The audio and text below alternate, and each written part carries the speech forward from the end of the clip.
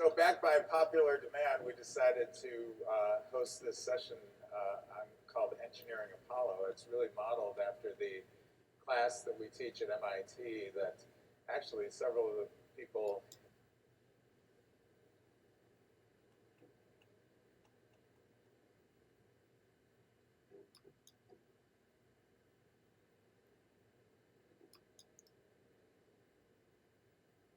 John Tilko, Chief Innovation Officer for Aurora Flight Sciences.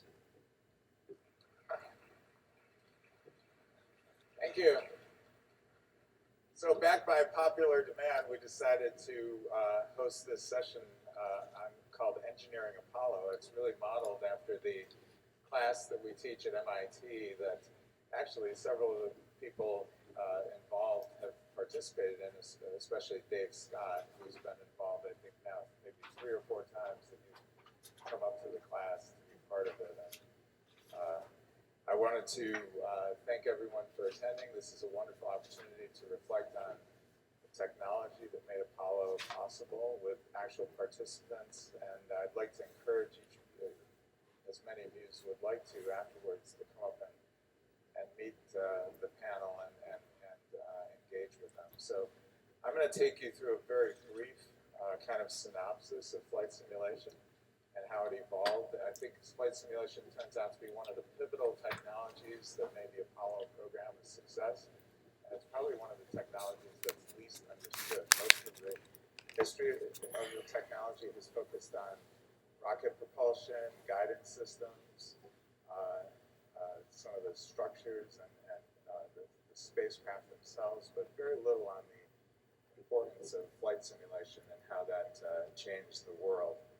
So everyone thinks about the sort of the origins of flight simulation with the Link trainer. This was a very simple device that was used to train pilots in World War II. 15,000 were produced, but it really had limited capabilities. It was excellent for training pilots on navigation skills, on the instrumentation that was now coming into the cockpit in that era, and also on the interaction with air traffic control. So these are 2 trainers who are shown training that pilot in the background. At the same time, in a different part of the country, this is in Cambridge, technologists were starting to work with the dynamic equations of motion of flight and applying them with analog computing systems, initially mechanical and then transitioning to vacuum tube-based systems, and then later as the electronics evolved with operational amplifiers when those were introduced. This is a picture of Albert Hall at the MIT Servo Mechanism Lab, the group called the Dynamics Analysis and Control Lab, on what was called the MIT Flight Simulator, which was a simulator that was developed for Project Meteor. Now, Meteor at the time was classified, but some of the major participants in Apollo actually played an essential role on Meteor.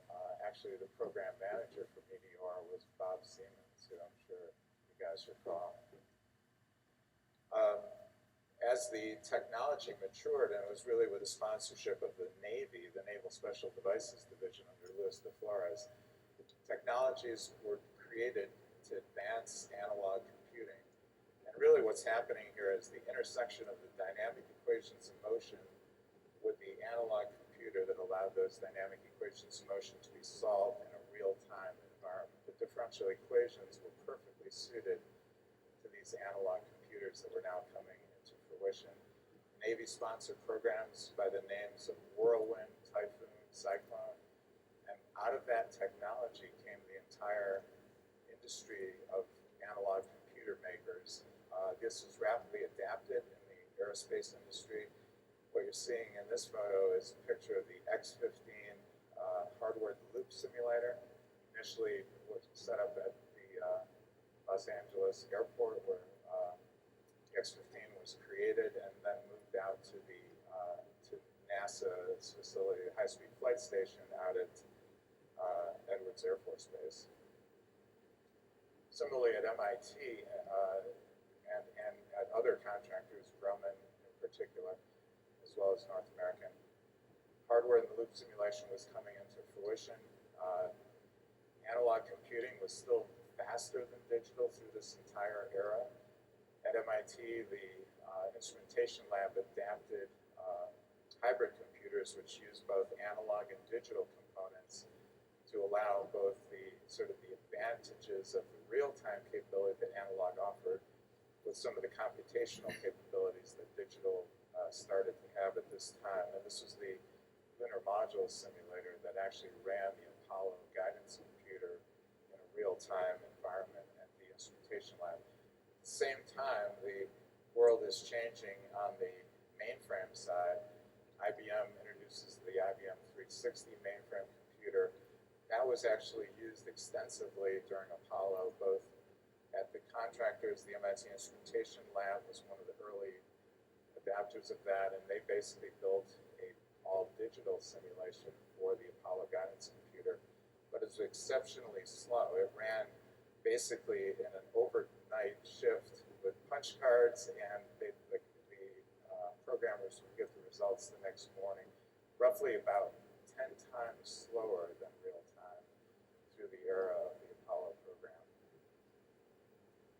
This was the first Mercury trainer called the Mercury Procedures Trainer. There were two of these, one at Langley and one at the Cape Canaveral site right next to Mission Control. At the early stages of the space program, simulation was not really considered critically important, but it evolved under the leadership of people like Bob Gilruth and Chris Kraft to bring that capability right into the Mission Control Center. They contracted with Bell Laboratories and Western Electric to set up a worldwide network that would provide the tracking coverage for the Mercury program and developed the concepts of mission control, which enabled direct link to the Mercury Procedures Trainer in something that became known as the Integrated Mission Simulation. We'll talk a little bit about that as well today. This is the Gemini simulator that was McDonnell Aircraft in St. Louis. You can see the spacecraft part on the left-hand side, but this is in an era when computing is continuing to advance. The Mercury trainer had been completely analog, in the Gemini trainer, which Dave Scott actually participated in training on for the Gemini 8 mission. This was actually evolving to digital as well as analog in what was then called hybrid computing. It's one of my favorite pictures of a crew debrief. This is the prime crew of Gemini 11. Conrad and Dick Gordon, their backups, Neil Armstrong and Bill Anders. At the end of every one of these training sessions was a debrief. Now, the photographer cut off, and you can see on the left is one of the simulation instructors that was conducting that training back in the days of Gemini. And Frank Hughes, who's on our panel today, joined NASA in 1966 as one of the first trainers for the Apollo mission simulator, which was just then delivered to Cape Canaveral for training the Apollo crews. We'll be talking a lot about that. There are many attempts at motion simulators that would be capable of providing more realistic simulation of key phases of flight, like rendezvous and docking. This is the actual simulator at Langley Research Center that was used in the Gemini program to practice docking, rendezvous. Similarly, the Lunar Landing Research Facility at Langley, this large crane apparatus, which is still there, suspending a lunar module through a cable and wiring system. And Dave will talk a little bit about this. You had the experience of training on this. I think you called it negative training, though. We'll get into why that might have been the case. That led to the creation of the Lunar Landing Training Vehicle, and our third panelist, Wayne Ottinger, is in the middle of that photograph. This is actually the rollout of the first Lunar Landing Research Vehicle. There were two programs, the Research Vehicle program and the training vehicle program. This program started in 1961. Actually, it started before the Lunar Orbit Rendezvous decision was made. And the basic concept was, even in a direct ascent approach to the moon, you would still need to train the crew on how to conduct the landing. And this was in an era where in-flight simulation was really coming into its own, particularly at places like the High-Speed Flight Station of the NACA, Edwards Air Force Base. People like Cornell Aeronautical Lab were very involved. The NT-33, for example, was used to train the crews for the X-15. The idea of in-flight simulation really became an important element of that. And we're really lucky to have Wayne Ottinger with us. He was the program manager for the NASA side of this activity from 1962 to 1966, and then he transitioned to Bell, where he basically ran the program from the Bell side as it went into operational training of the flight crews, which took place at Ellington Air Force Base. This is another view of the Lunar Landing Research Vehicle out at NASA Dryden, now named NASA Armstrong. This, I think, is one of the LLTVs out at Ellington Air Force Base. By the way, this was one of the early problems when this vehicle was delivered to Ellington was the stability and control problems were particularly problematic during any even small crosswinds. And it had to do with the shape of the cabin. This is one of my favorite photos because this is the actual lunar landing training vehicle in the full-scale wind tunnel at NASA Langley. And it's really this transition that's occurring in the entire field of aerospace as we're moving from sort of a wind tunnel-centric world in the first half of the 20th century to a simulation-centric world in the second half of the 20th century. The role of aerospace engineering is changing. If you go to sessions here at the AIAA, more than half the sessions are talking about simulation in some form or another. It doesn't mean wind tunnels aren't important. They're still extremely vital. But this is a great example of sort of this intersection of a wind tunnel that was built in the 1930s to test full-scale aircraft with the simulator that will be used in the late 60s to train the crews to land on the moon. And this was a dangerous vehicle as well. 3 different test pilots ejected from this. All 3 survived. One of them is Neil Armstrong, shown in this photo. This is from May of 1968. There's only one lunar landing training vehicle that remained active through the Apollo program. It's now on display down at the Johnson Space Center.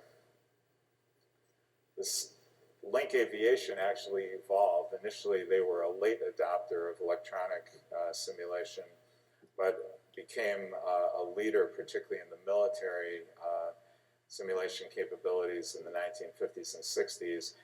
And this is something that John Young referred to as the Great Train Wreck. This is the combination of the Apollo mission simulator, which was the command module simulator in brown at the back there, and the lunar module simulator, or LMS, in the forward. And in the middle, where that structure is, this sort of X-shaped structure, that is basically it was called the landing and ascent device, or LNA device, which had a model of the moon that was developed for the specific landing sites. This was done by the Army Mapping Service in Bethesda, Maryland, and they had experience building terrain maps from photography, and were given the challenge of taking lunar orbiter photos and applying them to building these terrain maps that could then be turned into the models that were used in this capability. So this, I think, was active from about the last 3,000 feet of flight that basically displayed the video to the lunar module windows that would display the actual precision of that landing site to the crews. Another view of the Apollo mission simulator. This is Neil Armstrong and Buzz Aldrin training for Apollo 11. Michael Collins and the Apollo 11 command module simulator, which I love Mike Collins' quote that simulation was the heart and soul of the NASA system. A key element of this I referred to earlier was integrated mission simulation. This is the Mission Control Center during Apollo 11. If you notice those windows on the right-hand side, that's the simulation control area. That was where the sim soups worked. And these are people that probably are not that, the names are not very common, but you guys would know them. People like Dick Coos, Carl Shelley. They were instrumental in developing these very complex simulations that were used to train the crews. Dick Coos is known as one of the more devious sim soups. Came up with the idea of challenging the crew on a mission on the Apollo guidance computer overload that ended up being seen during the Apollo 11 mission. And it actually occurred on July 5, 1969, 2 weeks before the Apollo 11 launch. And it was actually because the prime crew for Apollo 11 had moved to the Cape. The next crew up, Apollo 12, had access to the simulators in Houston, and this integrated sim was being run with the Apollo 12 backup crew, and the commander of that backup crew is Dave Scott. So in that sim, Coos developed a very complex set of problems that would effectively overload the Apollo guidance computer, and it's in that setting where the mission control guys made a false decision to abort a landing on a perfectly good spacecraft because of not really understanding what the alarm codes really meant. And the result of that, Gene Kranz was the flight director. He pulled the team together in this debrief and basically pushed Steve Bales and Jack Garman to come up with the detailed understanding of every one of these alarm codes that could affect the Apollo 11 mission. That was really pivotal to saving Apollo 11, allowing the landing to proceed when these alarms came up. And if you notice, the crew of Apollo 11, Armstrong and Aldrin, if you listen to the transcripts, they have a lot more hesitancy in their voice than the flight controllers on the ground. Steve Bales and Jack Garman on the loops, you can hear the certainty in their voice that we're go on that alarm. The reason is the crew of Apollo 11 was not briefed on that sim. The flight controllers were, they really understood it, but Armstrong and Aldrin had already gone into a different aspect of the training at the Cape and were not briefed on the actual sim. By the way, another critical part of the technology was something called the interpretively simulated AGC, which was a very pivotal step. The Apollo guidance computer was being advanced by the MIT Instrumentation Lab, but was not used in the Apollo mission simulators that Link built. And the challenge was, how do you get the code that is being released for each mission into the simulator? And they gave that problem to a 26-year-old named James Rainey. And Rainey basically, in a 14-month period, developed this method of an interpretive simulation of the Apollo guidance computer code. So at the same time the guidance computer code was issued by the instrumentation lab to the production source, Raytheon, the same tape was sent to Houston, where it was basically run on the DDP-224 computer, which was the base computer that Link had used for the mission simulator. There was a standalone computer that would basically interpret that tape into the format that would be useful in the simulator. So very high fidelity rendition of the Apollo guidance computer software with the exact code release that would go into each mission. That was later addressed on the shuttle program, where the shuttle AP-101s, the 5 computers, were actually used in the shuttle mission simulator. This is the crew of Apollo 9. This is Dave Scott on the right, and in front of the command module simulator.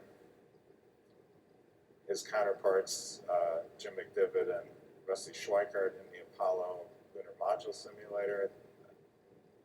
This is the crew of Apollo 15 training for the mission that Dave Scott would command, leading to the successful flight. That's Dave on the moon on 1971 on Apollo 15.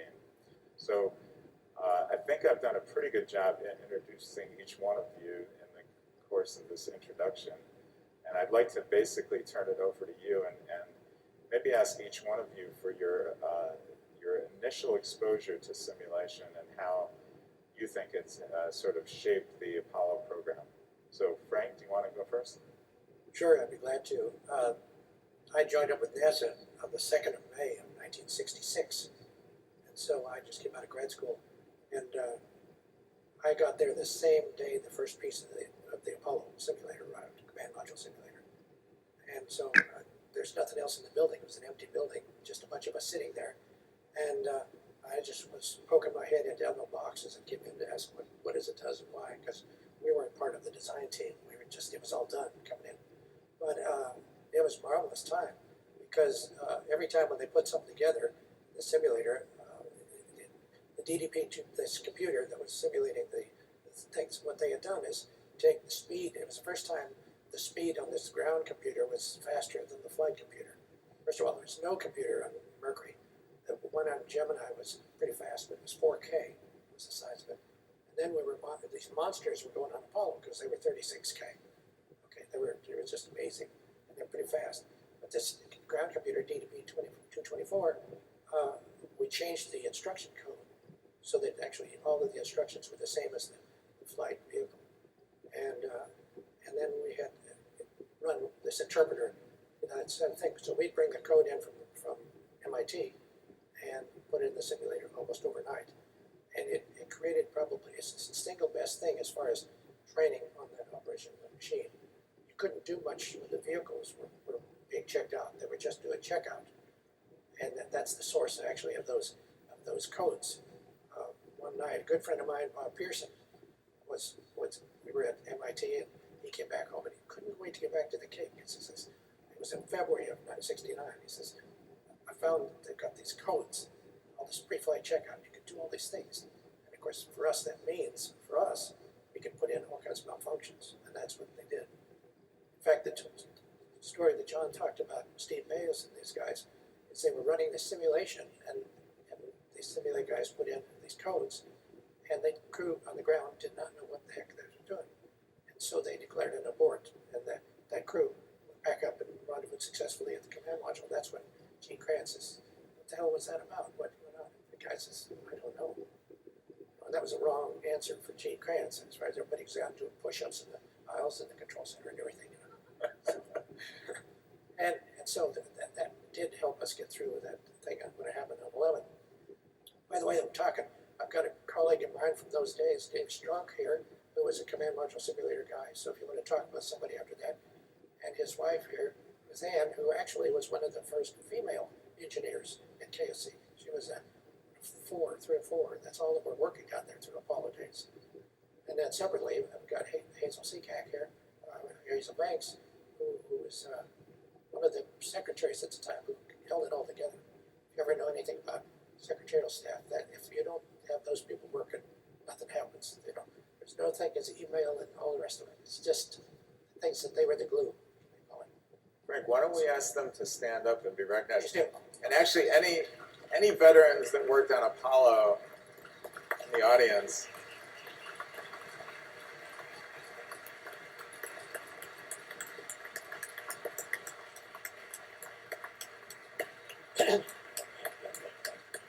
And by the way, in the second row is Frank Cardulo, who I met in those days, and he was working then for Link, and he now lives and works up at University of Binghamton, New York, and was critical for the GNC systems and all that stuff. Actually, I didn't know Frank was here. I would have invited him to be on the That's it. panel. He's right there. So if you want to see some real pioneers, those guys are there. I'll stop. Go ahead down the road. By the way, Frank was one of the first people that I interviewed about the Apollo mission simulators, and gave me his books, which were basically detailed flowcharts of the equations of motion for the entire flight of the Apollo spacecraft, which he had developed. He was a 1966 graduate of Boston University and came to work at Link Aviation in Binghamton, and it led to his academic career at State University of New York at Binghamton. He's a recipient of the Luis de Flores Prize of the AIAA, and an important colleague in this whole field. I was just graduated, but the fact is that in order to do things fast, do the math of the equation of motion, suddenly I learned about quaternions. I mean, if you don't know what that is, you understand they invented it. So it's just that kind of thing. Yeah. Well, they didn't invent. Just to clarify, the quaternions were critical in making flight simulation work on primitive computing in this Faster period. They were much faster instead of the Euler-based method of rotational transformation of coordinate systems. But the quaternions go back to like the 1750s. Hamilton wrote the papers on the quaternions. It was just rediscovered in the late 1950s as a technique. And it turned out to be incredibly successful in the video game era about 20 years later, because the same problems were true in video games. You needed to rapidly move objects on a screen with a very limited processor capability. So Dave, why don't we turn to you and tell us what it was like when you came into the program. Dave was selected in 1963 and Group 3 astronauts. He was the first one assigned to a flight crew to be the pilot of Gemini 8 with Neil Armstrong. What were the simulators like at that time when you came into the program? Well, it's a great topic, John. I appreciate the opportunity to discuss all this with you, especially Frank and Wayne. Always learn things when I come to a panel with you, so I appreciate it. But simulations were invaluable. And my experience in a simulator started with a link trainer that you showed there in flying school. The next time I saw a simulator was in a Gemini program, which sort of shows the growth of simulation technology. But even now, today, simulators are so sophisticated in relative terms. They're so powerful because of the computational technology. And now you can simulate aerodynamics, airplanes flying. And some of the simulators are just great. So it's a wonderful opportunity for people to get involved in simulations now, and you can do so much with them. And in my experience, and this, again, it's a broad subject, I learned so much during the program, starting with Gemini all the way through the LLTV, that it enabled me actually to do what I was supposed to do on my flights. And I had 400,000 people supporting us, right? So anything that went wrong, there'd be some sharp engineer pick it up. And the thing engineers love to do is solve problems. One way they solve problems is simulations. So this is a really super topic. And I'll make one comment and then respond to your questions. But you mentioned SimSoup. In the control center, there were a group of engineers who would write a script for a segment of a mission. And the crew and mission control would be tied together between the Cape, where the primary simulator was, and Mission Control Center on some important segment of the mission, landing, rendezvous, whatever. And SimSoup would interject into this segment of the mission problems. And it was up to MCC and the crew to solve the problem. And they were very clever, these SimSoup guys, and their objective was kill the crew. And of course, our objective was not to get killed. And MCC's objective, they didn't want to lose anybody, but there were really great exercises. And another part of the value of the exercises is that management had closed circuit TV and watched us. So people say, did you guys take exams before the flight? No. Every time we got into one of these integrated sims, we're having an exam. Everybody's watching. And the beauty of that, tying people together with this simulation, is that we learned each other. We got to be good friends, hot debates, but we got to know each other between the ground and the crew.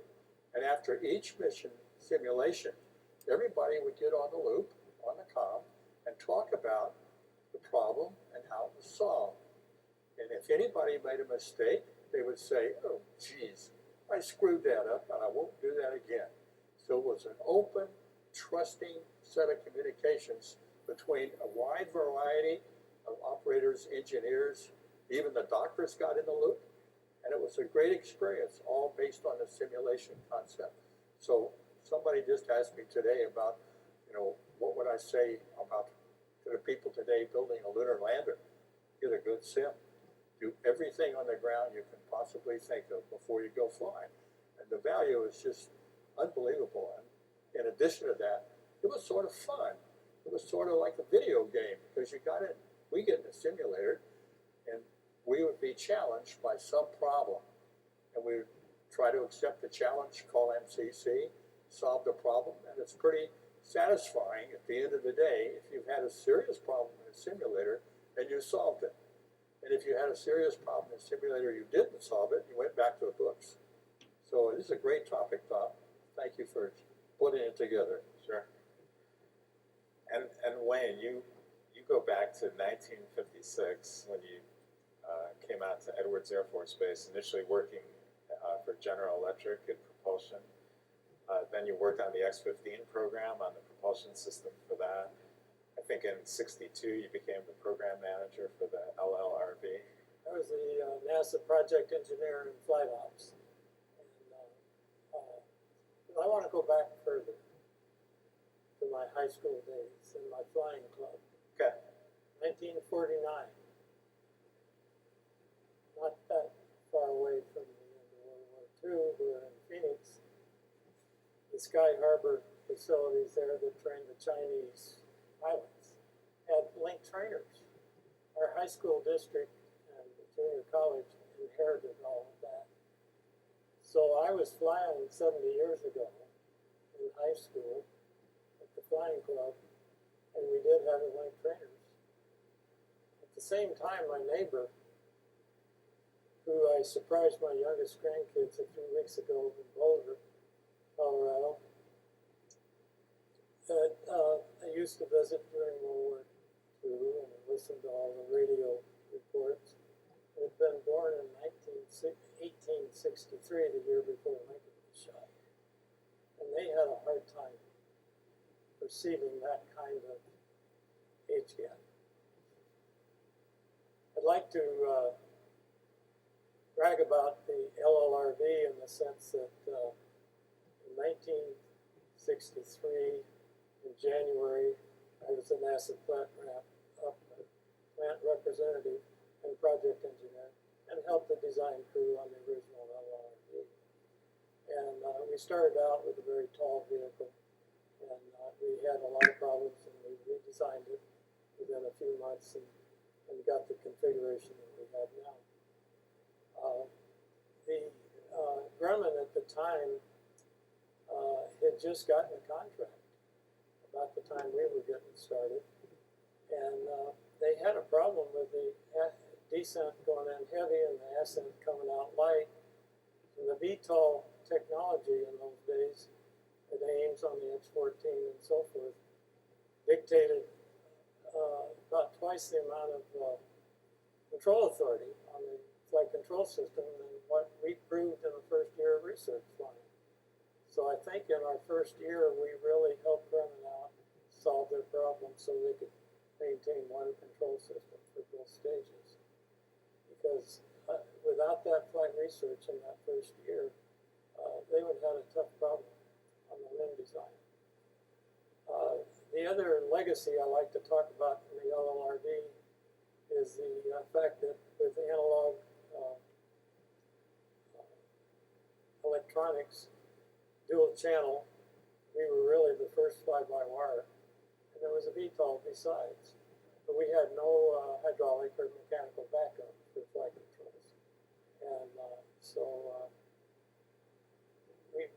and then Neil and my controls engineer, Cal Jarvis, got an Apollo computer and put it in an F8. Right. And they started a 13-year flight research program in digital fly-by-wire. It's called the FAP. I think that's an important W. point. The Apollo program has its genesis both on the first fly-by-wire analog computer vehicle, the lunar landing training vehicle, and the first digital fly-by-wire aircraft, the F-8, that was developed by both NASA Dryden and the MIT Instrumentation Lab, where they actually took an Apollo guidance computer. It happened to be the one from Apollo 15. Was it? Yep. Pulled it out of that spacecraft, put it into the F-8. They had a hardware-in-the-loop simulator, which was an old F-8 Corsair that was set up there, and really a breakthrough program. Back when the Dryden folks came to Washington advocating the program, they met with the then NASA Associate Administrator for Aeronautics, who happened to be Neil Armstrong. This was in 1970. And they basically said, to do this program, we're going to have to develop our own digital computer. And Neil said, I don't think you need to do that. I just flew on one. It was pretty good. It got me to the moon and back. And why don't you go talk to those guys up in Cambridge? And that led to the digital fly-by-wire program. I was surprised it went on for 13 years as a flight research program, but it certainly did help launch the current fly-by-wire industry, which has really revolutionized aviation in many ways. It was also used in the development of the space shuttle when the space shuttle experienced pilot-induced oscillations on the last approach and landing test. And Dave, you were the director out at Dryden back then. The team went out to solve that problem. It ended up being solved with a notch filter, but to validate that notch filter, they ran it on the F-8. At that point, the F-8 was upgraded to these AP-101s that were on the shuttle. So this technology was rapidly evolving during this time period, and each of you were part of that. What was your experience with computers at that time, and when those initial Apollo mission computers were delivered to the Cape, and Frank Cardullo was there alongside you? Yeah. What was that process like of getting them up and working? Well, it was amazing. There's so many things that had to be done. The fact is that just because this computer is faster than the flight computer, at the time we didn't have data buses. We had to use what we call shared memory. The only way you could get data back and forth from the flight computer to the simulated flight computer to the systems computers is we created just a 64K of shared memory. They'd write into it, the other would pull it out, back and forth.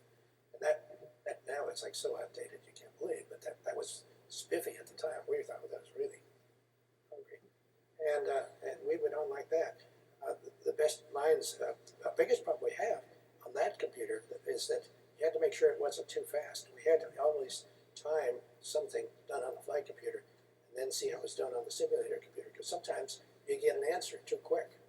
We wanted to make sure that you push the button in the program, the light it comes on, it keeps thinking, because that's the real, we didn't want to get an answer faster than the real one. I mean, plus or 1 or 2% was good enough, right? That kind of thing. So that's the kind of things you came up with. If you think about it, speed, now you think of speed, it's just enormous. But then, it was just every day we were trying for more speed. So, Dave, I showed the lunar landing research facility, and your comment a while ago was about the negative training that induced, because the cables and the rate at which your commands would be translated into motion. Could you talk a little bit about that? Yeah. In the unique situation of landing on the moon, the LLTV was absolutely pristine. It was really good. It was a free-flying vehicle. At Langley, prior to anybody going to the moon, they created the LLRF, which was suspended by cables in this large structure, which I guess you said that's still there. And when you fly a mechanically connected machine to something that's fixed on the Earth, there's a lag in the performance. They even had a feed-forward loop in it, and there was always a little bit of lag. When I say small, I mean really small, but the human body reaction time is very, very quick. and I found it very difficult to fly the Langley vehicle. And flying the LLTV was a joy. It was challenging. You had to pay attention to what you're doing. But a stark contrast between a free-flying vehicle in a lunar landing situation and a vehicle suspended by cables. And the other problem with the LLRF at Langley was it was limited in its attitude, because sometimes in some of our training, if you're going too fast, you got to back up, you have to pull the nose up with fairly extreme pitch or roll, depending on where you're going and where you're simulating. And we can do more of that discussion later on in terms of the actual handling qualities of the LLTV. But the LLRF at Langley was limited in its attitude, which again puts sort of a binding complex on the pilot flying it, because you know you're inhibited with this. You know, I can't have complete freedom of motion in my machine. So that was a difficult choice in that they would say, well, when we started, everybody flies X flights on a RF and X flights on a TV, but it turned out that I think I probably flew the RF 4 times, and I think I flew the TV over 30 times. And the TV was for me, and I think for Pete now and all of us, the TV was a much better trainer. Right? You know why you got a TV to train in? Because Neil and Pete Conrad convinced Gilruth after 2 ejections, in which there's a lot of pressure to cancel the training. Right. And Neil and Pete convinced them to keep it going. And they did. And then it was after that that Stu President had to leave on the 3rd ejection, lost another TV, and that was the only one that had a hardware failure. And it was an unknown failure mode in the generator on the DC, because you lost the, it was supposed to be a GE upgrade for better reliability.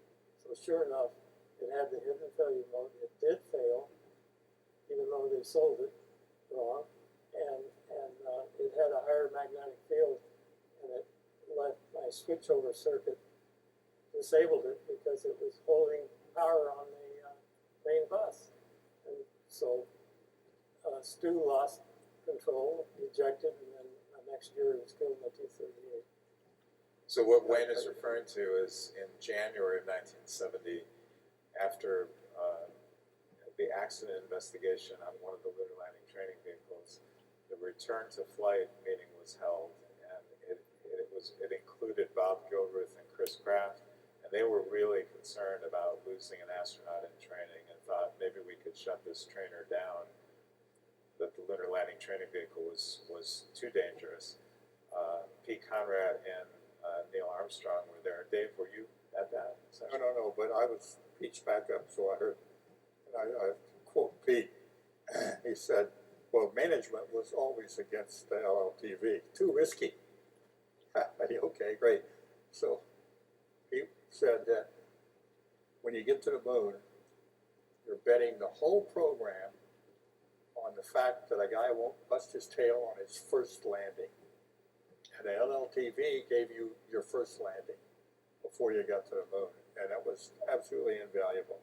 But we all said it. I said it, Gene Cernan said it, everybody we came back said, you've got to have that. If you're going to go to the moon, where you don't know what the surface is, you don't know where you're going to land, but you have to be able to manipulate this machine properly to get down, you better have something like the LLTV. And you probably, I don't know when you get into Constellation and Current, thinking, no, but Wayne ran a really great program several years ago on trying to refresh the attitude and get the background of the LLTV for the Constellation program. And it just didn't get through to people. I mean, it's on his website. It's really good. What was it, Go for Lunar Landing, something like that. It's a great. That was a conference we had in December of '09. Something like that, but it's a great story. But I remember it was presented to the current people at the time, and they came up with all sorts of different twists to it to make it safer. Well, you got to take a little risk somewhere. It was '08, I'm sorry, December '08, but I had Gene Cernan Neil, Jack Smith, and John Young. And we were all down teaching the youngins at Houston what we did on that, and that was for the Altair, because we were going to make a new LLTV and scale it up a bit to match the larger size of the Altair lander. But I have a few copies in my briefcase, and I'm offering it to anybody that wants to make copies. But it's a one-pager, and it shows the pitch maneuvers on Apollo 11 that Neil had to make to avoid all those craters and boulders. And then a quote from Neil in December of 08 about how he was so, he always in the LLTV, and you can vouch for that, he always had 20, 25 seconds of fuel left. And that's what he had up on the moon. And he said it just like he was trained, so. Right. The press made a big deal about having 20 or 30 seconds of fuel on Apollo 11, but as Wayne said, every one of the flights of the lunar landing training vehicle ended with 20 or 30 seconds of fuel left. It was that sense of urgency that you've got to land this vehicle and you have a limited amount of fuel. It put the astronaut, the test pilot, into that sense of immediacy to bring this vehicle down. Do you want to talk more about that, Dave? Well, it's yeah. What the LLTV taught you in terms of flying a machine was handling qualities and how you flew. It's very, very good. The lunar module performed handling, stability, and control almost exactly like the LLTV, but it taught you intuitively that you only have a certain amount of propellant and not very much, and you better get it down. In fact, when we got ready to go on 15, and based on my discussions with Neil and Pete on the landing, the tendency when you're coming down on the moon, because there's no scaling on the moon, there's no runway to tell you how far you are from the ground. There are no trees, no buildings. And the craters are a great variety everywhere. Some you can see and some you can't see. So it's very difficult to judge your height above the lunar surface. And the only thing you really have is a landing radar. And in the early days, there were a lot of questions about the landing radar. But when we got ready to go on 15, in fact, I had a comment in the control center right after 14. Chris Kraft came up to me and he says, "Okay, young fella, you just get it down and get it down." So in my thinking, it was instead of previous flights had always had sort of a stair-step approach. Stop here and check it, stop there and check it, because you sure don't want to be going down too fast when you hit the lunar surface. So it's a tendency, intuitive tendency. So what we practice in the LLTV, based on everybody else's experience, was take it down, and get it on the ground carefully, safely, but be careful that you don't stop and burn up too much propellant before you get down close to the ground to the hover.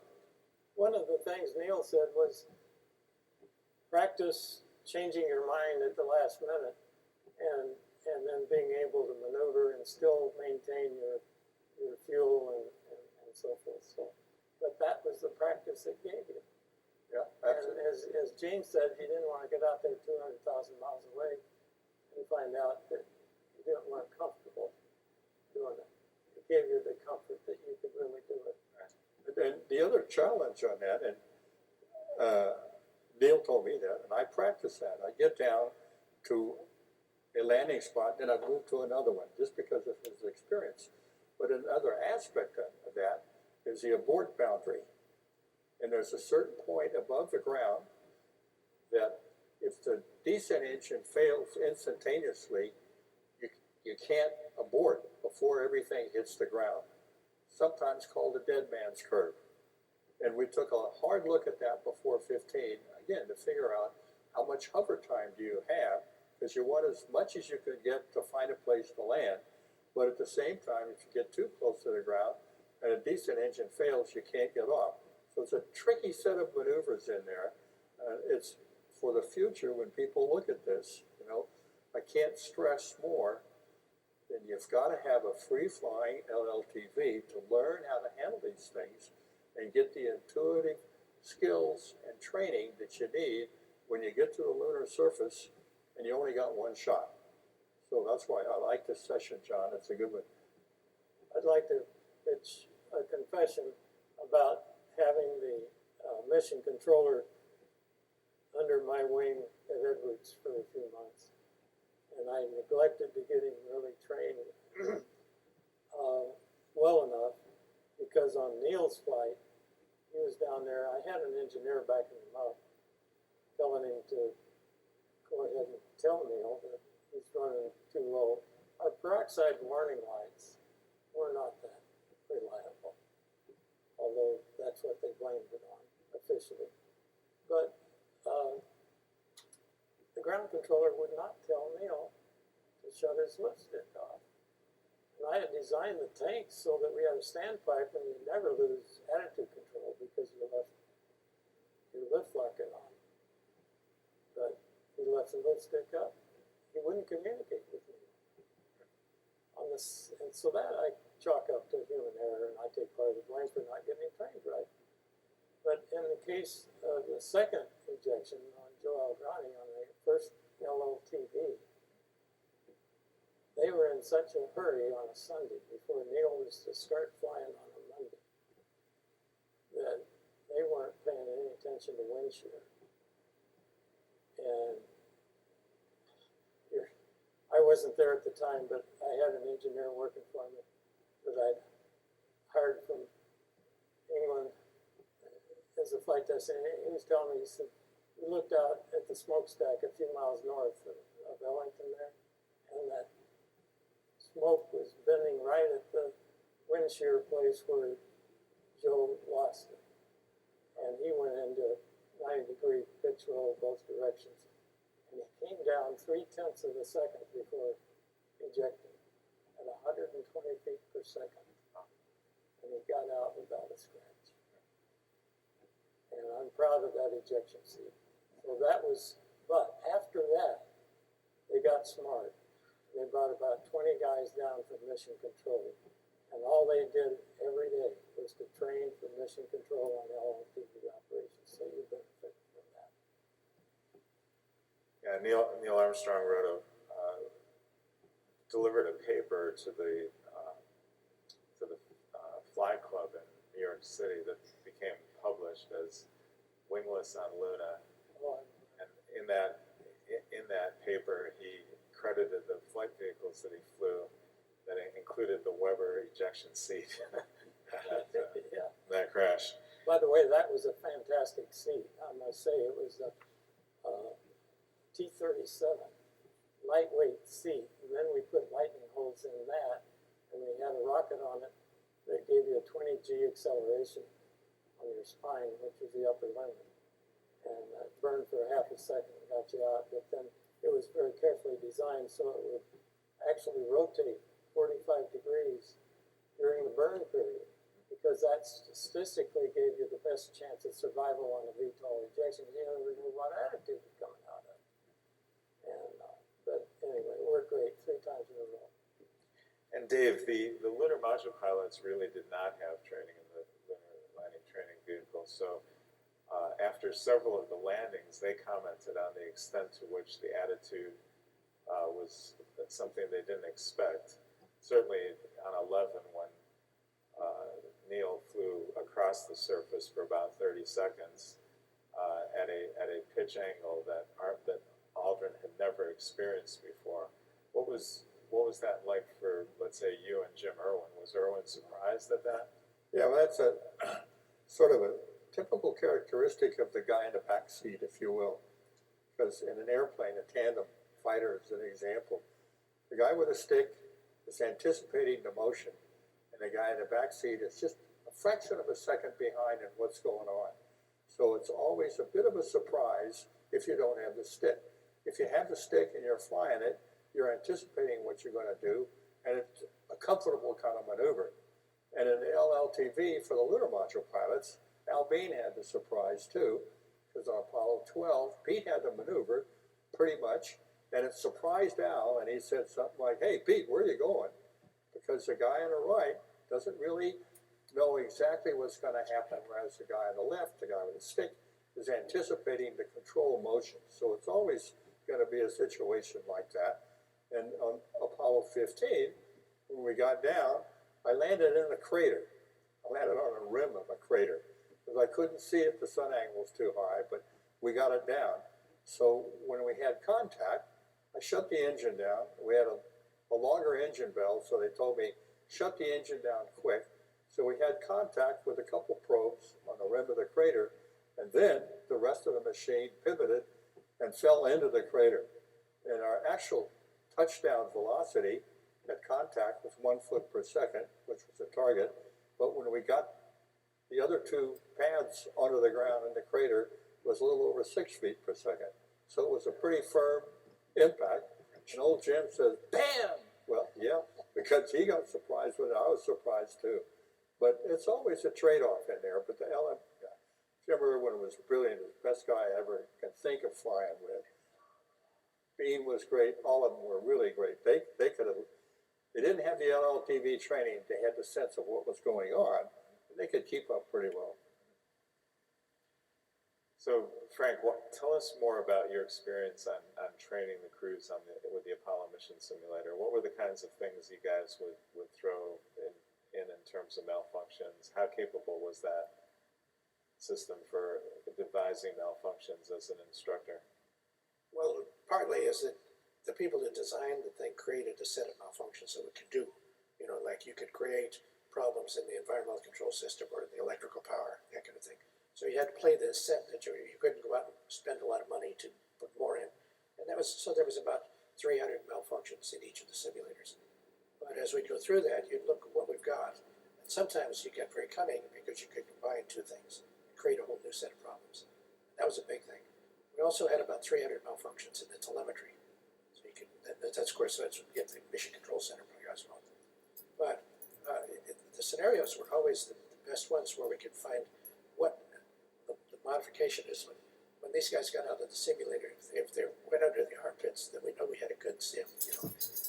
Scared the hell out of them. But it was that kind of thing. The simple things is that if you think about it, you go through the training, you do a normal set of training, you know, you just normal ops. And then you do 3 malfunctions, so you just simple malfunctions, and then they get more complicated. And then you spend a lot of time on contingencies. These are ones you'd have real problems, you know, the engine failure, not one that you're down on the curve where you can't get out of it. But you go through the process to how to do an upward stage, so you drop the descent stage and fire the ascent out of there. Things like that. How far can we take it down to the ground, near the moon? And so those kind of things. I think the GNC failures and the ones on the electrical power system were all critical. Almost nothing was bad in the environmental control system that you couldn't get the vehicle under control and then fix it. You know, you're not going to run out of oxygen instantly. But on the other side, power, if you lose a whole bunch of instrumentation or something like that, you spend a lot of time on systems. How many people did it take to operate those trainers? We had, jointly, when we did that on a team, there were 3, in the command module, we had 3 people on there, plus maybe a leader, but at least 3 people would be on there and to run one of those exercises. The same with the lunar module. Even though there's only 2 in there, it took about 3 people because we divided out GNC guy, and there's an assistance guy, and communications guy, and things like that. It was interesting that when you went through those things, the lunar module had other different kind of things. You know, you don't just stay in orbit on this pinpoint. So we could do anything we could about navigation. We could do things like that when you come down. By the way, the very fact that we land, the picture that you show, if you could go back, you could see the LNA was a circle. And after Apollo 11, we realized that that wasn't enough. We turned around and made them long. So the one that, in fact, we're trying to rescue, the LNA from college in Florida, that sent it up. It's about 25 feet long, 15 feet across, so that you had more time to see the area as you're coming down. You had more of a run up to it. And that was a big thing that happened just now, that we realized that all these things that he was talking about, it turned back to us to say, we need more simulation of that long rundown. So when you go through 10,000 feet and you're finally pitched over, now you're coming down, and you're just, it's almost a straight line, you know, and you're coming down, and then up at 500 feet is when you decide whether you're going to just hover a little bit or just almost like today when if you ever fly in a computer-driven airplane, that is where if you watch the rate of descent, it never changes until you're 3 feet above the ground or something, and finally pitch it up. Where everybody else, if it's a manual control, everybody has that just a little bit of, so it's straighten up a little higher. And that's the way it was there. Where, and Neil flew in and he had the problem to go further over and set down. That was another big problem, is that when on the simulator we had a simulation of that LNA, but the fact is that on 11 we didn't know about the field of boulders, okay, because all of the best photos we had were from robot craft. We've talked about that, and the fact is that the boulders were totally visible in the human eyeball, but at the time they were just smaller than the pixels in the photos, so we'd look like a pretty smooth, looked like this floor, it's just like. And then when we get up there and look at it, it's, holy smoke, who this goofball put us into this place? And so that's why then he just flew 500, 600 feet more on placement. So that terrain model that you referred to, it's actually Apollo 15 also. It is. It's Hadley real. And it's the only one that still exists. yes. And Frank has been involved in trying to preserve that and bring that up to Binghamton, New York, where there's a technology center under the direction of Susan Sherwood, and she's actually trying to basically recreate key elements of the Apollo mission simulators. And on loan from the Air and Space Museum, some of you heard Ellen Stoffen talk today, there are many artifacts that can't be displayed at the museum that are in storage, and actually the simulators typically are not displayed. The new museum will have one of the instructor stations of the Apollo mission simulator, but many of the parts of the simulator are now up in Binghamton, where the engineers that worked on building it, including Frank Cardullo, are now trying to help put it back together. They actually have a star ball that it can be actually driven. Do you guys want to talk about what was the star ball and why was it so important? Well, we used the stars for navigation, and we had 36 stars in the computer identified. And basically, when you're on the way to the moon, around the moon, on the moon, if you navigate within the spacecraft, which we did, you had to orient the spacecraft, the platform, the computer stable unit, the spacecraft, with the universe, with the stars. So we had to learn 36 stars where they were, so we could identify them, find them. We would first look through a scanning telescope and then a sextant, and then having located the star in the middle of the sextant, the computer was set up so you push the button that said probe, it would take that orientation, then 3 stars, and you know where you are on the way to the moon. So the stars became very important. We had planetarium training, and that was great because you could go there, but not very often. So the guys in the computer and the simulators, which I thought was one of the best features of the whole system, had stars in the windows, and they were very, very good. I mean, the portrayal, depiction of the stars were as good as a planetarium. They were really great. So you could practice your navigation within the simulator without having to go to a planetarium and spend a whole day someplace else. Well, we did that, but the stars in the simulators were just terrific. It was sort of fun, you know. We used to fly at night a lot, and when I used to fly with Rusty Schweiker, who had an astronomy degree at MIT, we'd play games on how can you find a star? What is the name of that star, which might be very obscure? How does it relate to an Apollo star? Well, you go back to the simulator, you crank up the window, and we never saw the star ball, we just saw the window, and there it was. I mean, it was just a great display. Another fascinating feature of simulations. So the way that worked is there were 3 sources of visual data that could be projected to each of the windows of the spacecraft. In the case of the Apollo command module, there were 5 windows, and then 2 apertures, the telescope and the sextant. So 7 apertures, if you will, that needed visual displays. And that's why that looks like a train wreck, because what you're really seeing, the the simulator itself is the size of the spacecraft. All that apparatus surrounding it was developed by Ferrand Optical, a company in upstate New York that basically had a lot of experience with optical devices and came up with a technology by which you could combine the three sources, which were basically the star ball, which was this a device about 30 inches in diameter with 36 inches, and had ball bearings Yes. to be the stars. Actually, there were 7 of those for each of the apertures of the Apollo spacecraft. They were countersunk into the thing, and they were not just all steel colored. Some were colored in gold, so it just gave a hint of the color of the star. Okay. And then the different sizes. There were 6 different sizes of the thing, and they were countersunk into this black sphere, which is articulated in 3 axes. And so it was marvelous. And they put them on so that here's Orion. You know, you can see the 3 stars. You can see Rigel and Betelgeuse, and I mean, you just knew where you were at all the time. And there was a The thing is- mission effects projector. Yeah, so it's for movies of the surface below and all this stuff. And then we had slides also that you could put online. But if you look at this star ball, just the idea, when we did this, you got a very bright light on it, and you got a specular reflection coming back.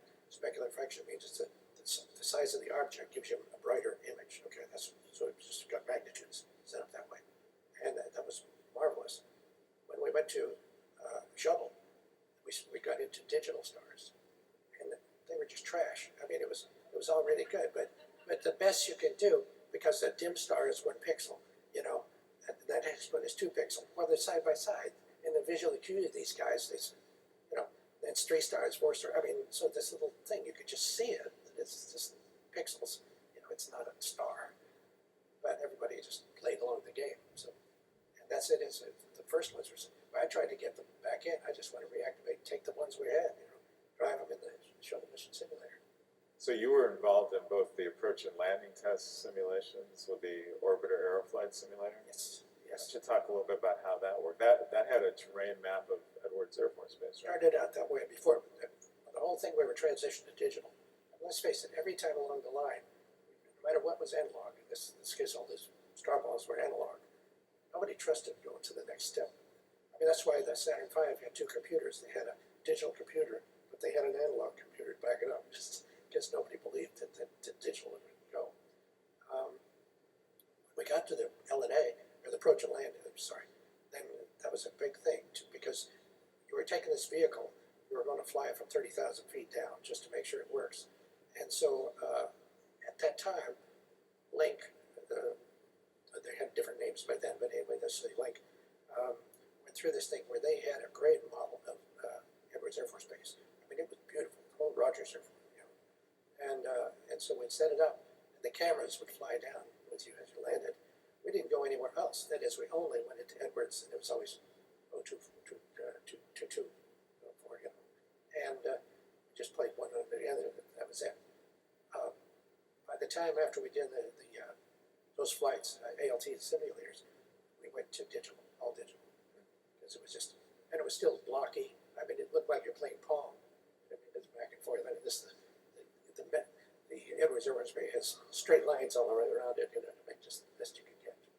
And even by the end of the program, the visual displays were really not that great. No, they were not, because nobody would buy any better. You know, they just said it's good enough. You're landing, they're coming home, so leave it alone. The runways look good. You know, they'd spend a lot of time. We tried to make the runways look better, but everything else outside of that, it was just generally you were in Edwards or KSC. You know, it's, you could shoot a place. So we had 5 places to go: Spain, you know, or go to Hawaii, or go to.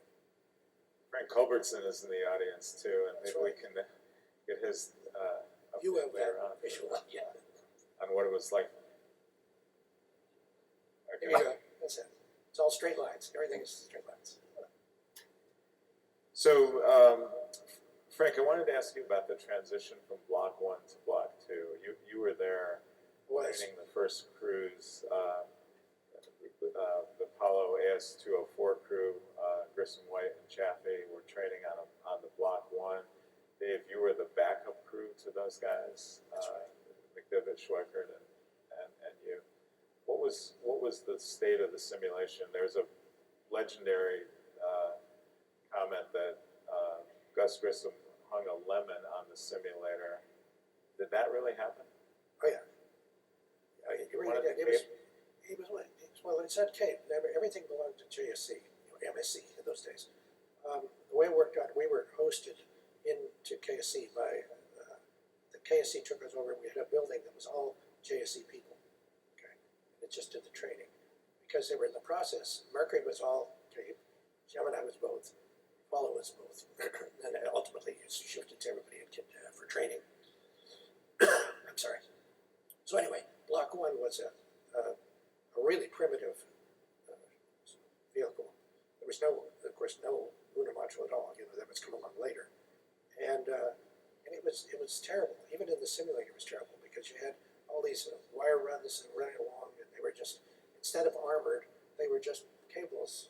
And they just drilled them into the floor. So you have cables this long, and you couldn't not step on them. It was really a problem. The systems themselves were primitive. We would have to work with them. I mean, that is this real simulator over in the MSO, in the Manned Space Flight Operations Building, where we tested them. And then we were getting changes to the vehicle all the time. So we were chasing our tail trying to get that Block 1 going. And in fact, that crew, we never got to flow that thing. I was really worried about it. I think that so many things didn't work well that, it solved itself because the damn thing was, didn't fly. But it was, in fact, the week before that accident, I was with the crew out in California because they had a GNC with its own problem. You couldn't even align your platform successfully. It's like that. And we were out there, and they had another thing called a mission evaluator that was built by Rockwell. And that worked well because they were using the real computers. So we got that, and then we went back home, and we got many of those changes put in on the second shift that night, and everything went to hell. One of the big changes. A comment on that. The difference in the simulators. One of the challenges with Apollo was very complex program. I mean, it was an order of magnitude more complex than Gemini. And to create a simulator to do that was very, very difficult, and it was tough. And Block 1 didn't work very well, and even Block 2, when we got to Apollo 9, didn't work well. One of the challenges was the concept of software representing hardware. So when the simulator guys simulated a battery, whatever, right? They were simulating hardware, or drivers for the engine bell, or thrusters. They were trying to simulate with software, hardware. Very difficult to do. The other problem was there were so many changes at the time. And actually going from Block 1 to Block 2, the change orders going through were so fast that the guys working the simulator, trying to work the software, which is all interconnected, as you know, right? Boy, they had a tough time. It's very difficult. And they finally got it running, and it ran very, very well. But in the interim period, we used to train on a hybrid simulator at Rockwell. And in the early days, they could not simulate a computer. They couldn't get the software to represent the software. So Rockwell, North American at the time, had a real computer. So we go out and spend some time on the real computer. They had it hooked up to engine drivers and everything, hardware. So the hybrid was very useful in the early days until the software guys could catch up. But it was a real challenge to build those simulators and make them work. And these guys, they were 24/7 trying to make it work. Because it was tough. But it did work. There are a couple of key points in that. Both the simulators, the hardware and the loop simulators at Grumman and North American did have the Apollo guidance computer, as well as all of the other key components that could be simulated in that hardware. And often it was the interaction between those two groups. Like a good example is the development of the digital fly-by-wire capability for the LEM digital autopilot. The guys up at MIT, Bill Widnall, developed that capability, but then they didn't really see some of the modes until they tested it on the was called the Full Mission Engineering Simulator, FMAES at Grumman, which you probably had experience with as well. And in that test, they saw that the engine responded differently than what they had modeled in the pure software. So those capabilities at both Grumman and North American were really pivotal. When the program transitioned to shuttle, the chief engineer of North American Aviation, then Rockwell at the time, Cy Rubenstein, wanted the hardware in the loop simulator to be in Downey. And it's really interesting sort of tension between the contractor and NASA. This eventually became what's known as the Shuttle Avionics Integration Lab, the SAIL. That ended up in Houston, but if Rubenstein had his way, it would have been in Downey. And the reason that was so important is that became the critical device by which all of the flight code was tested through the duration of the shuttle program. And so I think part of the lesson here is NASA's learning lessons from Apollo that then are rapidly applied on shuttle, and a lot of the things that maybe didn't work as well. NASA really didn't have a simulator for Apollo. It was distributed. MIT had one, Grumman had one, North American had one. There was no integrated capability until shuttle. So, well, the LMS allowed you to do a lot of integration, but not, it's not hardware driven. Right. By the way, when we started building the shuttle simulator, we took the same one. That is the models that for the SAIL, we used them. Others we did do that double work. And Dave, you mentioned the importance of the change control boards that were established after the fire. There were so many changes that basically the new management team under George Lowe, the Apollo program manager, basically created change boards for the hardware, which he ran, and then Chris Kraft ran the change board for software, and Deke Slayton ran the change board for the simulators. You guys want to talk a little bit about that? It was really essential. The change configuration control during Apollo really came about after the fire in the push to get back to flight, and became an essential sort of the way that Houston got control over the program, particularly the software. Well, yeah, also, and I mean, Frank knows this stuff. He was in the middle of it, but Deke set up a change board for the crews. Quit changing the procedures, stabilize this thing, because procedures are very complex and the techniques are complex. So the crews, myself included, we get in a simulator and find a better way to do it. So we feed that back into the system, and some guy writing the software would change the software to comply with the new procedures, and that would screw up the hardware, and it was a constant loop in there until NASA got the change boards and they settled it down. The Deke sent Warren North into this is the middle of it, and he stabilized that thing. It made it just, if you want to change something, you had to give up your first child or something, to get it on this. Do anything to do it. Okay, so hopefully people are sending questions up, and I'm going to take a few of these from the audience. Were there ever any friendly competitions between the flight crew and the simulation instructors regarding spacecraft operations? Actually, we had ball games all the time too. Or even they played secretary sometimes. There was not so much a competition as a collaboration, because you might make a gotcha sometime, but it's not to tell you. If we get a gotcha, then everybody's going to stop and talk about it. There's something missing, something's wrong with the procedures, things like that. We never really went out to kill anybody, but we put as close to the edge as possible. And then there was a routinely for the last week before they launched, and the simulator just flew. There was just hardly no functions at all. The idea is just build up the confidence that the sucker's going to really work. Actually, the instructors were terrific, I thought, and a great way to learn the systems in the simulator. If you were behind a little bit, and very complex systems, was to go to a simulation instructor and ask them to put it on a simulation and show you how it works.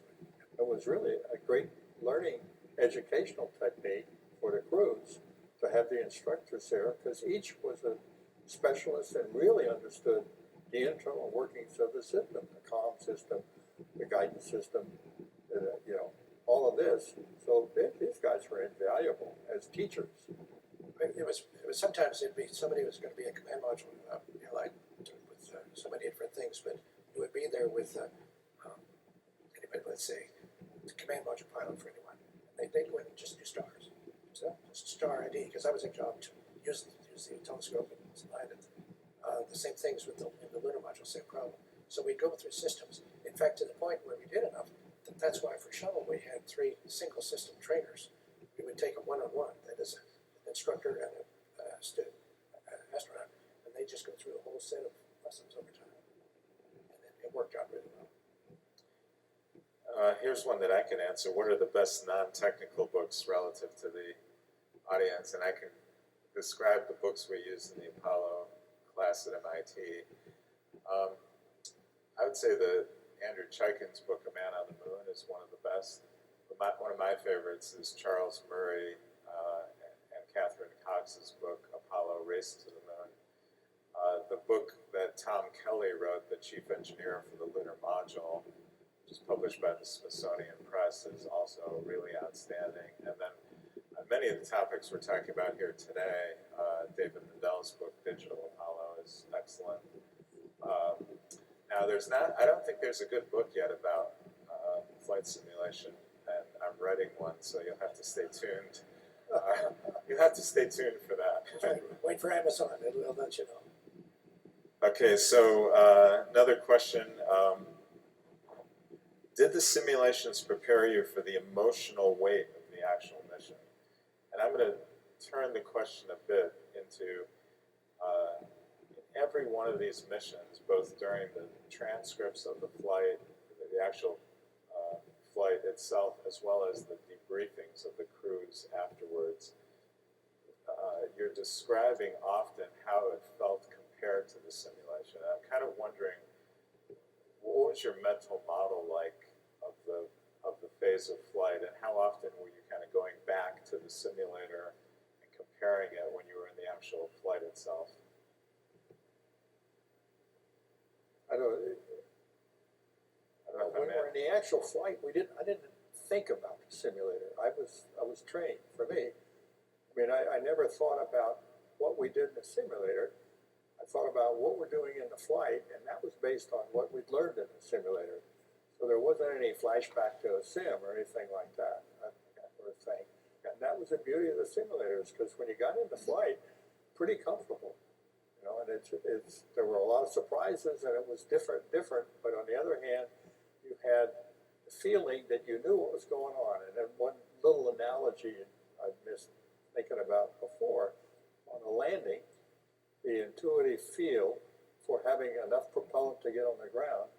If you look at a football game, a pro football game, you see the quarterback get back there, and the little red thing that counts down to where he's going to spend too much time, and it's down to 5 seconds, 4 seconds, down to 0.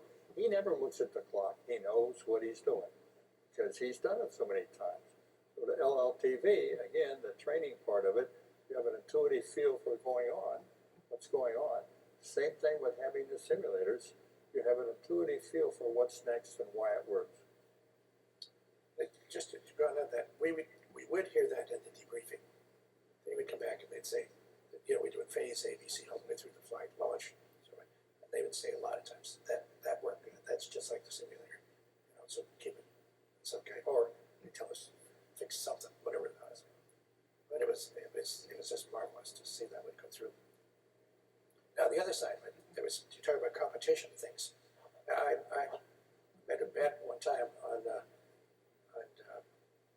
your flight. It was they thought that the CMP could see the limb, and so I took this bet, and they could not see it. And of course, I wake up and there he is. He says, "Hey, we got it. We see him down there." And of course, a bottle of Scotch Chivas was Switzerland, and I realized, wait a minute, I made this bet. He just said he could sign. He didn't know I signed. I had to say, take a picture of the damn thing. Don't. So I had to give him a lost bottle. So the top ranking question, I have to ask it because there's now 84 votes, and there must be a lot of University of Michigan people in the audience because there's actually a reception tonight for University of Michigan alums. And Dave, you went to the University of Michigan. Some of your crewmates did too. I think Jim McDivitt and I think Al Warden were also in Michigan. Al was one, yeah. So where is that reception? Because maybe we can stop by afterwards. And with this many people attending, I think they're asking if you could stop by tonight. Good. Okay, so as young engineers during Apollo, what lessons learned during that time could you share with the young engineers and students that are here today? Maybe each of you could respond to that. Well, for me, by the way, my degree is actually in physics. I learned a lot of engineering by the other engineers that were there. But the good thing about it is that you really cross-pollinate yourself. You get into a team, and just do what you know to do. Learn their job too. Okay, spread yourself out so you can come away from that richer than you were when you walked into it. Well, I would say if you are a young engineer, find a field you really like, that you really enjoy, and get into it and do the best you can every day. But these days, the integration of all the different disciplines is so much more pervasive than it was during our day. I mean, you do thermal or you do engines or structures or whatever, but now it's all so integrated and the computational capabilities are so good that you have to be, you know, sort of a person of all areas, you know, but pick the one you like and really get after it because it's a lot of fun. It's very rewarding. You know, it's just a great career. There are a lot of opportunities now. People are thinking about even going back to the moon. Amazing. And maybe as a follow-up, have you guys been asked to discuss Artemis with any of the folks at NASA today? Nope. So They don't that need was to a read the leading. book. That was a leading question, and I think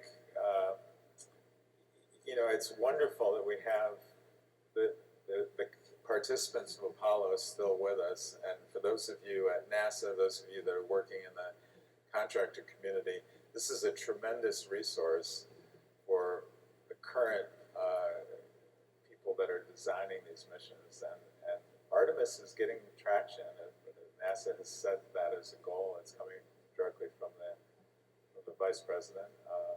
We'll see if the congressional support materializes, but you know, there are people that are serious about landing a lunar module at Shackleton. Take your course, John. Well, they'll give you an example, you know. You guys, Jeff Hoffman put a course together several years ago at MIT, right?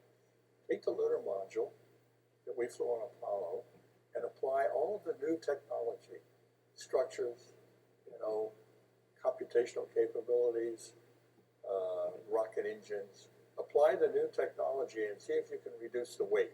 Because our problem was always weight. Never had enough weight to do what we needed to do. And as I recall, they got the weight down by almost half. So they had the same lunar module, half the weight, which means you can carry twice as much to the moon and back, kind of stuff.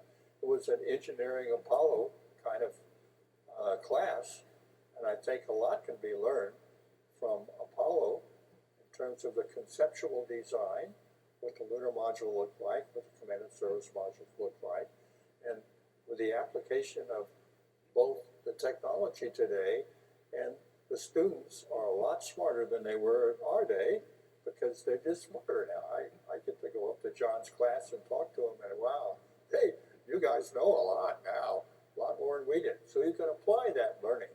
And I think Engineering Apollo is a great course, and I hope you keep writing it up, John, and David Mendel too. Yeah, write it up, because it's a great basis for going on to doing better work, better opportunities with today's technology. By the way, we're going to be teaching the class you referred to that Jeff Hoffman set up on the shuttle. We're going to be teaching that next fall. And it'll both use some of those videos that were recorded, but also some additional insights onto the shuttle program. Maybe we can have people like Frank there to participate. I just want to see if Dave will endorse what I'm about to say, and that is they'll still need an LLTV for whatever they're doing, because all the automatic systems you can develop, if it fails in any way, you want to know how to do it manually. I totally agree. We went through that same thing with the STA, for the shuttle training aircraft. I mean, you need to have your butt in the real vehicle. So I know John Young was bitching about the fact that didn't need an LLTV anymore, and he was in poor health at the time and was out of the room.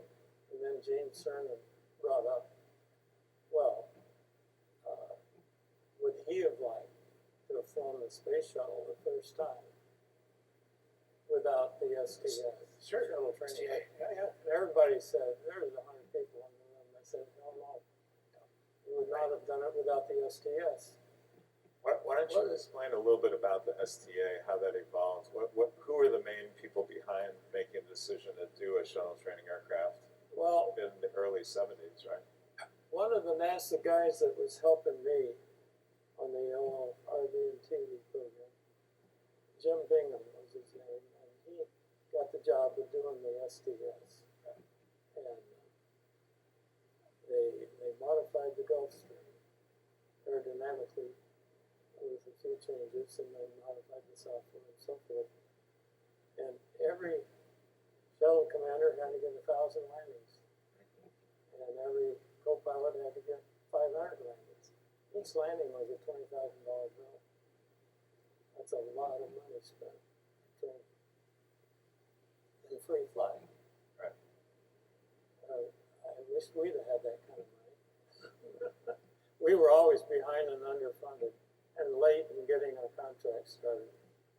And then I had 3 LLTVs on the dock ready to ship down after the Apollo fire, and the inspectors shut it down for 2 months, and we were about ready to go into a big legal battle, and I finally got them to let us do it. The dispute was over the welding. Minor, and the Bell Structures people had a great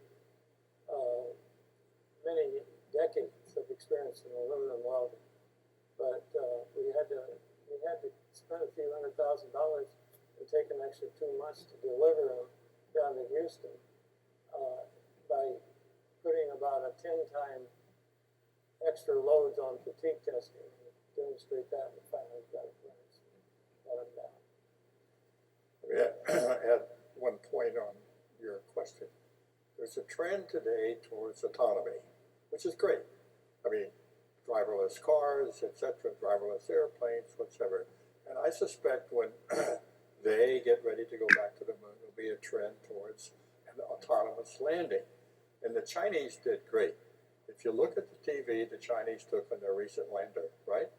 It stops, it hovers, it has obstacle avoidance, obviously, and it picks a nice place to land. Brilliant. It's really good.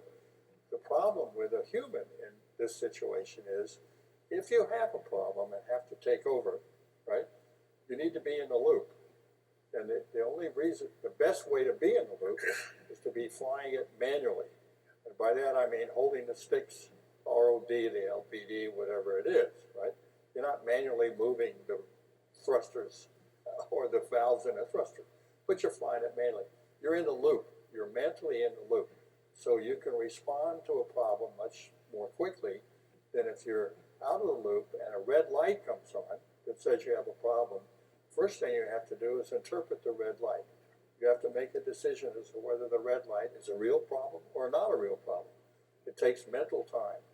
And there's just no mental time when you're landing on the moon unless somebody comes up with a better propulsion system or gaseous propellant or something that doesn't weigh anything. But based on what we know today, there's just no time to make a decision if you are surprised by the decision. So I think that the beauty of the LLTV is that it puts you in the loop. You're in the zone. You're in the flow, you know, and nothing, you're not distracted by anything because you're in the focus. And if you do have a problem, you're going to pick it up quickly and make whatever decision you have to make to correct the problem, or if you have to abort, but you're in the loop.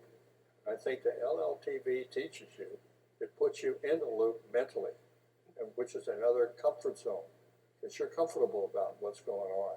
And I think that's pretty important when you put humans into the machine.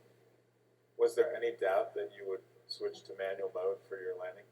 For me, no, I was going to go manual definitely, just because I was in the loop, right? And it wasn't a matter of, you know, I'm a big fighter pilot, rah, rah, rah, right? You know, I'm Top Gun, whatever. That's not the point. The point was I had a comfort zone, and I knew that I could get it down, you know, with the fuel I had, and I could look around. I knew I could do that, and if a problem showed up, Jim Irwin was brilliant on systems. Golly, he really knew the limb. And if a problem shows up, Jim's going to tell me what the problem is instantly, you know, and we'll get it down. That's the point. So there's no question in my mind. And there is one guy who was going to maybe land it automatically. Well, Jim was. He told me that much. Maybe so, because the computer, the LGC, would have landed automatically fine. But again, it wouldn't have been able to pick out a spot. It would have been in the boulder field, or Neil or whatever. But even with obstacle avoidance, which is pretty sophisticated these days, you know, I think you need to have the pilot, the guy with a stick, the woman with a stick, whoever it is, in the loop, so you can get it down. That's the highest reliable system that you can have, with proper training. Yeah. So. Any other observations, Frank? Oh, no, I agree 100%. I think the fact is that to take it up, if you're coming late to the party, there's something wrong, and you haven't been had your hand in the stick, you're going to roll it up. They're just going to mess it up. How do you think it will be different for a Mars mission in terms of the actual, something like a landing sequence? You're not going to have the advantage of mission control. There's a 20-minute time delay on a radio signal from Mars. But, you know, all the mission control thing, we had somebody did a really great thing today. The only reason the crew didn't lead all of that stuff is the lack of computer power in the spacecraft. That's why they kept leaving on the ground. If the crew had seen everything that they needed to see, the ground would have gone away. This is the time now when the ground will have to go away at some point. You become the FAA. You just direct all the traffic around the Earth, that kind of stuff. But you're not going to be right in the middle of the fight. So you got to take it all with you.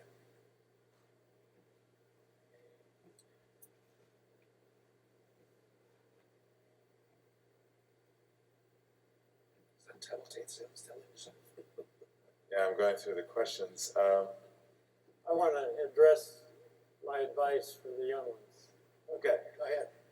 and that is, don't prejudge too much, because I've learned a lot by giving and seeking advice from people that I really wasn't sure of. And man, did it pay off in the end. That's my advice. Great.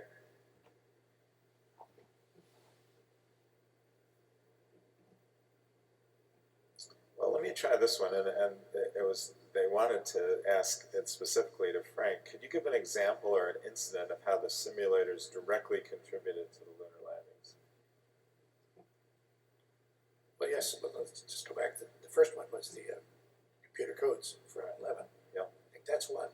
There's others where we had specific problems we get into in some of the rendezvous. There were certain situations, if you had a failure, first thing would happen is we would be doing a rendezvous, and if you lost the onus indigent, the SPS with half the ballast. So now the rendezvous structure is all screwed up, and the crew would have to go through it and fix it. It spent a lot of time. We did not actually have to do that. We had some problem with the SPS on a couple of flights, but nothing would put us in the situation. But I really think that was the most likely. That was one thing. Let's face it, a flying that engine. That was early on. Everybody thought it was going to be bad, but it worked like a champ. You know, that kind of thing could get you into it. We had some problems with some electrical power things where we were able to bridge out of that because what the crew knew and how they could tie some things together, stuff like that, tie buses together. When you were in an integrated sim, did you know what the sim soups were going to throw at the crew and the mission control guys? Yeah. So you had the script ahead of time? Yes. And what was your role then? How did you We would just execute. The sim soup would be like the flight director. In other words, that one person in Houston would run the team there. The team of instructors there would be actually the instructors for the flight controllers. And then on the simulator would be the instructors for the crew. But we just ran in parallel. We would many times get malfunctions. The crew handled it easily. They wanted to show that flight controller, somebody in maybe a weakness or something like that. They want that person to handle that controller. So that's they would hand tools many of these scripts. How were the simulators used to save Apollo 13, the power-up phases of the command module? Well, it was interesting. A lot of people thought that the simulators ran right along with the flight. You know, that they were trying to, and that's never true. When they went away, they were gone. We had the next crew in the next door and we were gone. But at the night that happened, on Monday night, the Link people rebuilt the simulator because what they did, we knew everything about the batteries and everything environmental control system. It was all built on mil spec, that had been military spec, which means you decided how many hours this battery had had and what the flow rate or whatever, and how many pounds of fuel there'd be in this tank. And then we just took a value. In this case, that night they went over and knew exactly what that battery held. In other words, that battery, that specific one in the LEM, and all those things, and rebuilt it. So when I came back in that night, we stayed there all night. Actually, I didn't get home till Friday, but when we're through that, it was they had rebuilt the simulator. So it now was the Apollo 13 simulator LEM, and we knew everything about it. And then through the week, we did the command module too when we get ready to start powering it up. But how long the LEM is going to last, how many amp hours, stuff like that. It's all going on like that. So it was that was the biggest thing. I think that through that time, Dave, you were there. We pretty much was there all the time, and there was always something to do. But we rebuilt the simulator the first night, and then the second time, we were working on all of the interface between the two vehicles to get going on the power up, things like that. A lot of that just showed pretty good in the movie. I mean, Ron Howard and those guys tried to do a really good job. The thing, it looks like there's just a couple of people, when actually that was a collage of a lot of people working together. That was really a well done movie. But it's really interesting. The movie's very accurate, but I recently interviewed Ken Mattingly, and he had no role in the simulators. He was in the viewing room of Mission Control actually during the accident, and really spoke vividly about not so much Gene Kranz's role, but Glenn Lunny. So Glenn Lunny took over the shift just about an hour after the accident and pretty much put together the design of the mission that would come back, and spoke in glowing terms about Glenn Lunny's role, but was never in the simulators, even though the movie has him situated there. It's really true. Glenn is one of those unsung heroes. I mean, he really ran a good flight all the time when he was the head of it. He went on to do marvelous things in the shuttle and station like things. But he, right that night, he was able to step in. It's like one of those circus acts where you're going full tilt down toward this horse, and it's a guy, somebody falls off, and you grab it, and jump on, and keep going. Yeah. So he just picked it up, the whole thing. They were still trying to shut down the command module in an organized way, and get the LEM tuned up. And then they were already computing the burn to go faster, go around the moon sooner. He had orchestrated that. He was a GNC guy. That was just his thing. Dave, did you have a role in the recovery of Apollo 13? Yeah, I spent a lot of time in Frank's simulator. Yep, exactly. We Were got you at the Cape or in Houston? He was at the Cape. He was at the Cape. At the Cape? At Kennedy Space Center? Oh no, I was in. You were the one that simulated Houston. Oh no, I was in Houston. Yeah, I went right into the simulator once it went boom. Because they knew Gene and Glenn Lunny got it assembled mentally very quickly. Not exactly what had happened, but what they had to do. They were onto it. That was a pretty fine performance. I think another important piece of the Apollo 13 story, obviously the film does a good job of kind of recapturing the events during the mission, but what really happened that made that mission successful was the decision to develop the Apollo Lunar Module Digital Autopilot that was capable of controlling the stack of the combined CSM LEM from the descent propulsion system. And that was done as a risk reduction effort that started around 1964-65. It's the first application of modern control theory to any vehicle that was developed. Bill Woodall and others at MIT designed this. They simulated on that IBM 360, but it wasn't until your flight on Apollo 9 that it was actually flown in orbit and validated. And without that test of the descent propulsion system controlling the entire vehicle, it would have been a risky thing to try on 13 without both the simulation on the ground as well as the test flight that validated it. And we were doing a lot of validation on that thing with the LEM firing the engine with the tin, but heavy command module in front, so they were playing games with it, putting the thing in, to make sure the gains were right.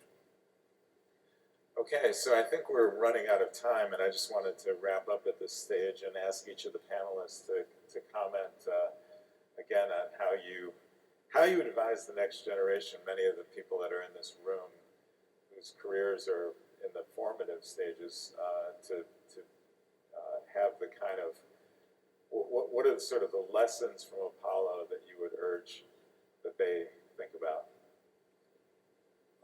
They'll start with that, I guess, but I go back to what Dave said, is if you got a job and have fun, just enjoy it. And if you don't have fun, move, change it quickly. Don't waste time, because it's a very short time you have here to do this kind of stuff. But on top of that, the simulation itself is a challenge, okay?